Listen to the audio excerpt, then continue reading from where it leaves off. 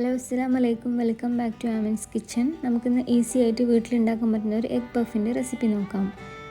1.5 cup മൈദയിലേക്ക് ആവശ്യത്തിനുള്ള ഉപ്പും 1 table spoon sunflower ഓയിലും ആവശ്യത്തിന് വെള്ളവും ചേർത്ത് നന്നായി കുഴച്ചെടുക്കണം. ചപ്പാത്തി മാവിനേക്കാൾ അല്പം ലൂസായിട്ട് വേണം നമുക്ക് മാവ് കുഴച്ചെടുക്കാൻ വേണ്ടിയിട്ട്.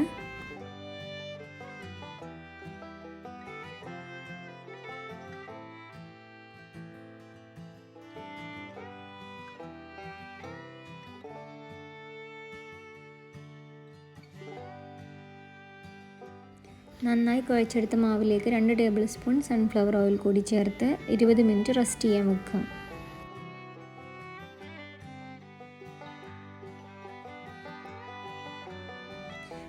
മിനിറ്റിന് ശേഷം മാവിൽ നിന്നും ഓരോ ബോൾസ് ആക്കി എടുത്ത് നമ്മൾ വീണ്ടും എണ്ണയിൽ മുക്കി വെക്കണം.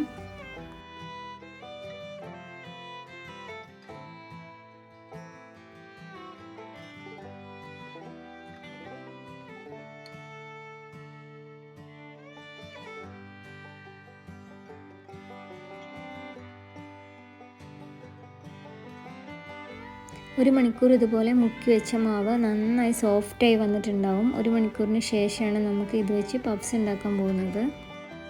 പഫ്സിലേക്കുള്ള ഫില്ലിംഗ് റെഡിയാക്കാം. അതിനായി 1 ടേബിൾ സ്പൂൺ സൺഫ്ലവർ ഓയിൽ ഒഴിച്ച് അതിലേക്ക് 1 ടീസ്പൂൺ ഇഞ്ചി വെളുത്തുള്ളി ചെറുതായി കൊത്തി അരിഞ്ഞത് ചേർക്കാം.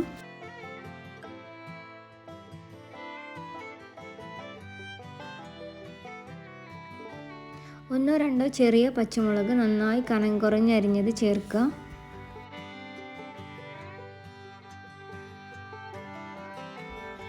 1 കപ്പ് സവാള കൊത്തി അരിഞ്ഞത് ചേർക്കാം.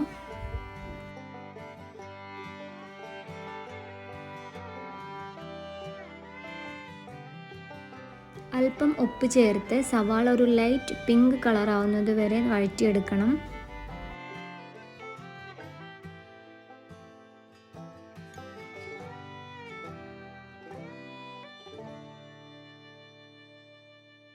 സവാള വഴന്നു വന്നതിന് ശേഷം നമ്മളിതിലേക്ക് 1 ടേബിൾ സ്പൂൺ മല്ലിയില ചെറുതാക്കി അരിഞ്ഞത് ചേർക്കുക.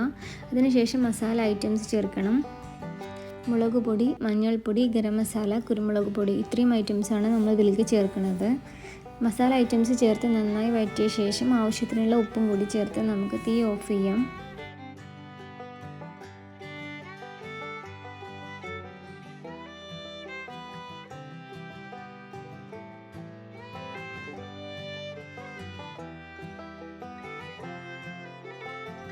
ഒരു മണിക്കൂറിന് ശേഷം മാവ് നന്നായി സോഫ്റ്റായി വന്നിട്ടുണ്ട്. ഇനി നമുക്കിത് പരത്തിയെടുക്കണം. നമ്മൾ കൈ വെച്ച് തന്നെ പരത്തിയെടുത്താൽ മതി. നല്ല നൈസായി പരത്തിയെടുക്കണം.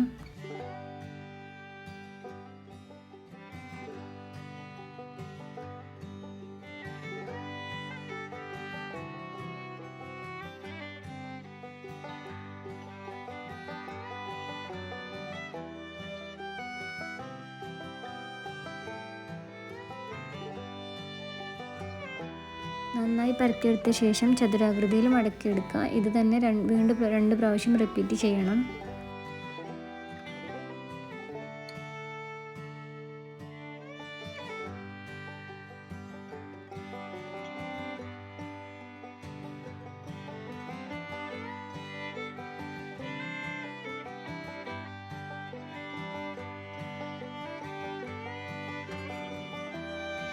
മാവെല്ലാം ഇതുപോലെ ആക്കിയ ശേഷം നമ്മൾ വീണ്ടും കൈവച്ചൊന്ന് ചെറുതായി പരത്തി കൊടുക്കണം.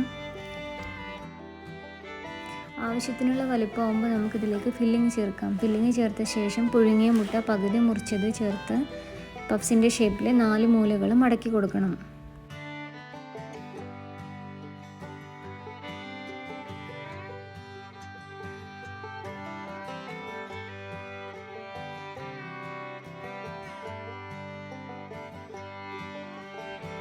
നമുക്ക് ഈസി ആയിട്ട് വേറൊരു ഷേപ്പിൽ കൂടി നമുക്ക് ഈ പഫ്സ് റെഡിയാക്കാം. നമ്മൾ കൈ വെച്ച് തന്നെ ഈ മാവ് നന്നായി നീളത്തിൽ പരത്തി കൊടുക്കും. പരത്തിയ ശേഷം ഇതിലേക്ക് നമ്മൾ ഫില്ലിങ്ങും മുട്ടയും വെച്ച് ക്ലോസ് ചെയ്യാം. ക്ലോസ് ചെയ്തിട്ട് നമുക്ക് ഇതുപോലെ പഫ്സ് റെഡിയാക്കാം.